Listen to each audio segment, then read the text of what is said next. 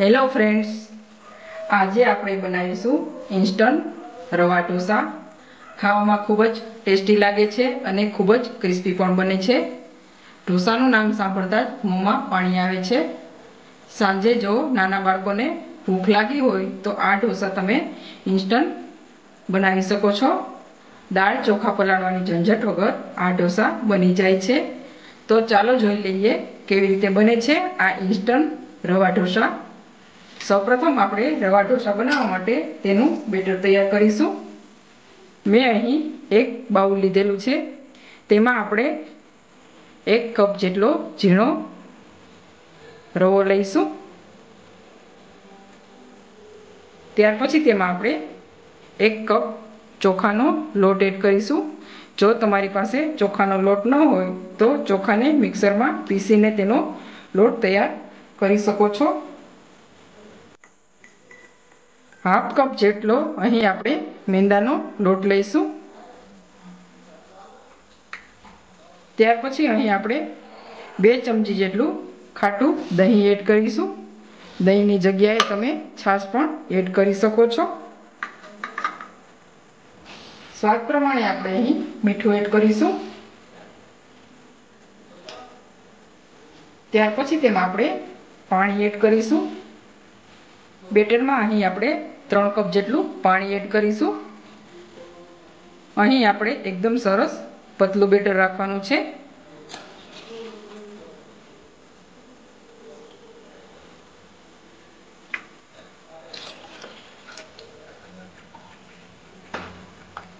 આપણે સરખી રીતે બેટરને મિક્સ કરી લઈશું।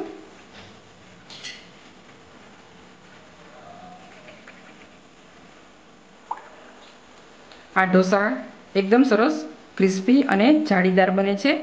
ખાવામાં ખૂબ જ ટેસ્ટી લાગે એવા બને છે। આપણે બેટરને 4 થી 5 મિનિટ માટે એક જ ડાયરેક્શનમાં ચલાવતા રહીશું।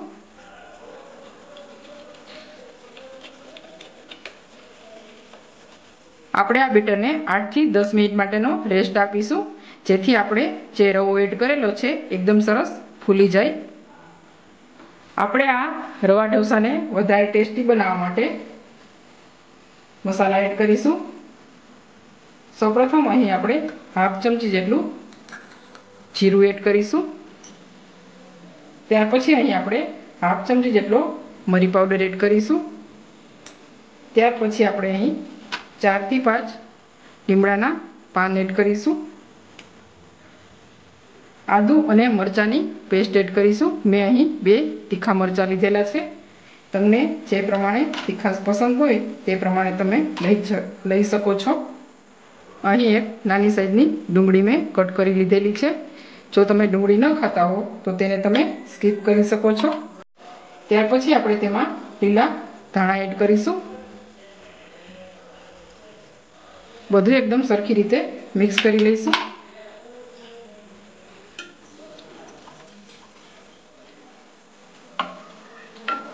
આપણે જ્યારે પણ ઢોસા ઉતારીશું ત્યારે બેટરને આપણે એકદમ સરસ ચલાવતા રહેવાનું, જેથી તે બેટર નીચે બેસી ન જાય। અહીં એકદમ સરસ પતલું બેટર તૈયાર થયું છે, તમે જોઈ શકો છો।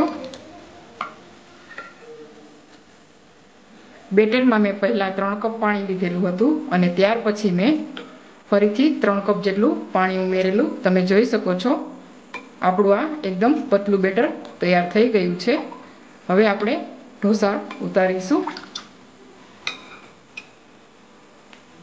મેં અહીં એક નોનસ્ટિક ઢોસાની તવી લીધેલી છે, તેમાં હાફ ચમચી જેટલું તેલ એડ કરેલું છે। આપણે આ તેલને પહેલાં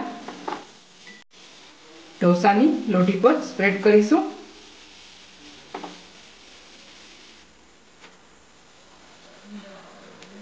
ત્યાર પછી આપણે થોડું પાણી એડ કરીને ચેક કરીશું। આપણી આ ઢોસા માટેની લોટી એકદમ સરસ ગરમ થઈ ગઈ છે। આપણે હવે ઢોસા ઉતારીશું। ઢોસાના બેટરને એકદમ સરખી રીતે પહેલાં મિક્સ કરી લેવાનું છે।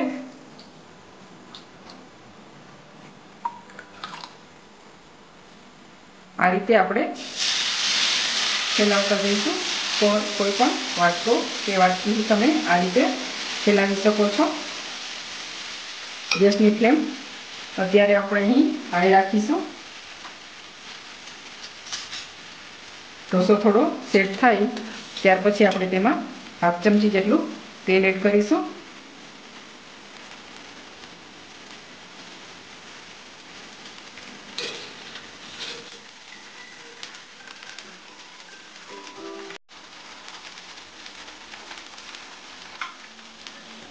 આપણો આ ક્રિસ્પી રવા ઢોસો એકદમ સરસ તૈયાર થઈ ગયો છે। તમે જોઈ શકો છો। આપણે તેને તમે જોઈ શકો છો એકદમ સરસ આસાનીથી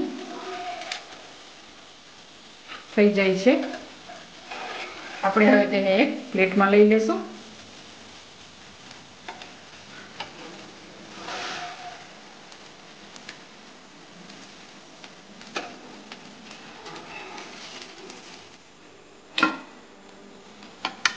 એકદમ સરસ રવા ઢોસો ક્રિસ્પી બનેલો છે, તમે જોઈ શકો છો। આ જ રીતે બીજો ઢોસો પણ તૈયાર કરી લઈશું। આ રીતે પાણી એડ કરી આપણે આ રીતે સાફ કરી લોઢી અને બીજો ઢોસો ઉતારીશું। જ્યારે તમે ઢોસો બનાવો ત્યારે બેટર એકદમ સરસ મિક્સ કરી લેવાનું, નહીતર તમારું બેટર તળિયે બેસી જશે। તમે કોઈ પણ વાટકો કે વાટકીનું માપ સેટ કરીને લઈ શકો છો। થોડા અંતરે આ રીતે પાથરતું જવાનું।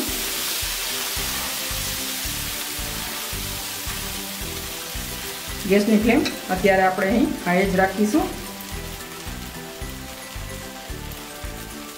રેસીપી સારી લાગે તો લાઈક કરજો, વધુમાં વધુ શેર કરજો।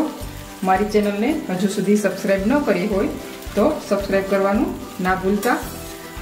બેલ આઇકનને જરૂરથી પ્રેસ કરજો જેથી મારા નવા વિડીયોની નોટિફિકેશન તમને મળતી રહે।